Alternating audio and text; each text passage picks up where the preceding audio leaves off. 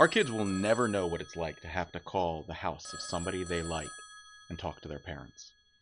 I was talking to a friend of mine, Kevin Goatee, who we used to do a podcast together, and he compared something antiquated to having to call a house and ask for the girl you like and talk to her dad.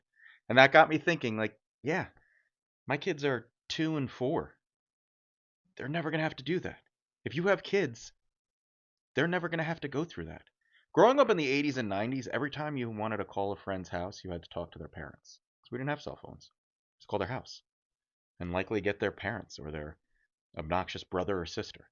And worse, when you got to dating age, if you wanted to call a girl and ask her out, unless she was lucky enough to have her own phone line, a teen line, you had to talk to her parents.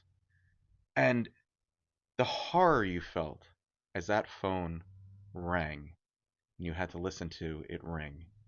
And then the terror of the click as someone answered. And the sheer relief you felt if the person you were calling actually answered the phone. But worse, their mother answered. And worse than that, their father answered. And you had to say in your crackling voice, "Hi, is Veronica there?" You know, and if it was the mother, she'd probably laugh and get Veronica.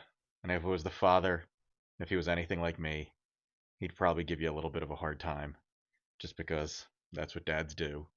And it was just a ritual. You had to go through it. You had to deal with it. It was like a rite of passage. You wanted to date my daughter? Well, you got to call the house and talk to me.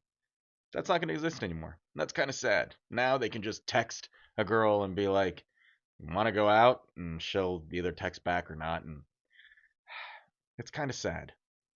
I don't know if we can ever get back there. I don't think we ever will get back there, but we should. Kids should have to go through that, I think. Right?